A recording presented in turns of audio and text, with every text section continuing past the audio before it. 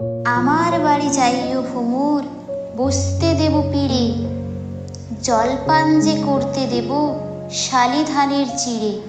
শালি ধানের চিড়ে দেব বিনে ধানের খই।